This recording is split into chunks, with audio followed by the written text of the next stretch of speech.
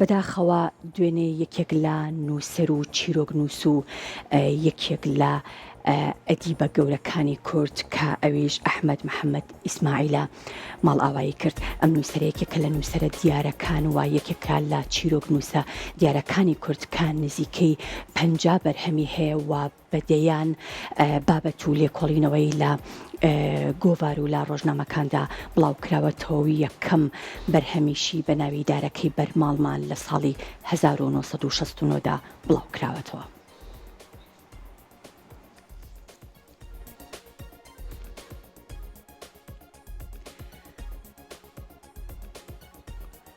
ڕۆژی 26 نیسان بەهۆی نەخۆشیەوە دڵە گەورەکەی نووسەر و وەرگێڕ مامۆستا ئەحمەد محەممەد ئیسماعیل لە لێدان کەوت. مامۆستا ئەحمەد محەممەد ئیسماعیل لە ساڵی 1943 لە گوندی هەفتەغار لە دووسخورمات و لەدایک بووە.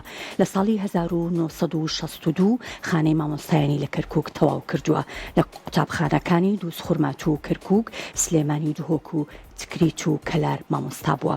یەکەم کۆمەڵە چیرۆکی بنەمنیشانی دارەکەی بەرماڵمان لە ساڵی 1969 چاپ کراوە. خاوەنی کۆمەڵێک بەرهەمی بنرخە و زیاتر لە 50 کتێبی بە چاپ گەیاندووە و بەدەیان و تار و لێکۆڵینەوەی لە ڕۆژنامە و گۆڤارەکاندا بڵاو کردوێتەوە. لە ساڵی 2020 دا دووەمین خەڵاتی کارۆی لە بواری چیرۆکدا پێبەخشراوە.